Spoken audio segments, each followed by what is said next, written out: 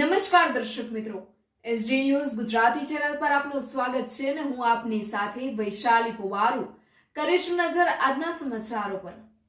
જૂનાગઢમાં આજે કૃષ્ણ જન્મોત્સવની ઉજવણી ધામધૂમથી કરવામાં આવી। શહેરના મંદિરો, માર્ગો અને ચોકમાં ભક્તિમય માહોલ જોવા મળ્યો। બપોરે 3 વાગ્યે ઉપરકોટ નજીક આવેલા રામજી મંદિર પરથી ભવ્ય શોભાયાત્રા પ્રસ્થાન પામી।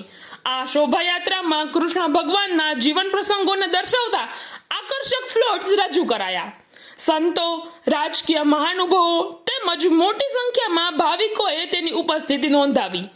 ઉપરકોટથી નીકળેલી શોભાયાત્રા જગમાલ ચોક, દીવાન ચોક, માલીવાડા અને આઝાદ ચોક મારફતે મહાત્મા ગાંધી માર્ગ સુધી પહોંચી હતી। માર્ગ દરમિયાન ભક્તો દ્વારા ઠેર ઠેર ફૂલોની વર્ષા કરી શોભાયાત્રાનું સ્વાગત કરાયું। શહેરના વિવિધ વિસ્તારોમાં પણ અનેક ફ્લોટ્સ તૈયાર કરવામાં આવ્યા હતા।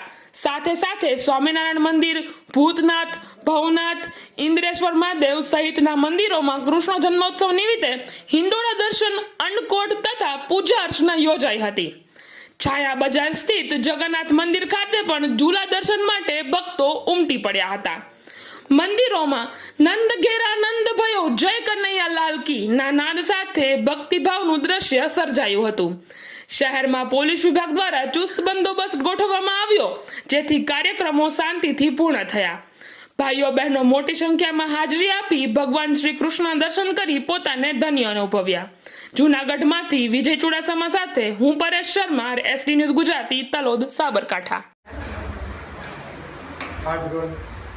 કૃષ્ણ જન્મોત્સવ નિમિત્તે શ્રી જગન્નાથજી મંદિર ખાતે શ્રી કૃષ્ણ ભગવાનના જન્મોત્સવ નિમિત્તે 56 ભોગ તેમજ મટકી ફોડનો કાર્યક્રમ રાત્રે 12 વાગે રાખવામાં આવેલ છે। આ મંદિર બહુ જૂનું છે અને આ મંદિરની અંદર શ્રી જગન્નાથજી ભગવાન બિરાજમાન છે, શ્રી હનુમાનજી બિરાજમાન છે, શ્રી શંકર ભગવાનના પણ મંદિર છે। આ મંદિરે દરેક ધાર્મિક ઉત્સવ ઉજવાય છે અને આ જન્માષ્ટમી નિમિત્તે આજે ભગવાન શ્રીનો જન્મોત્સવનો કાર્યક્રમ અહીં ભવ્યથી ભવ્ય રીતે ઉજવવામાં આવશે।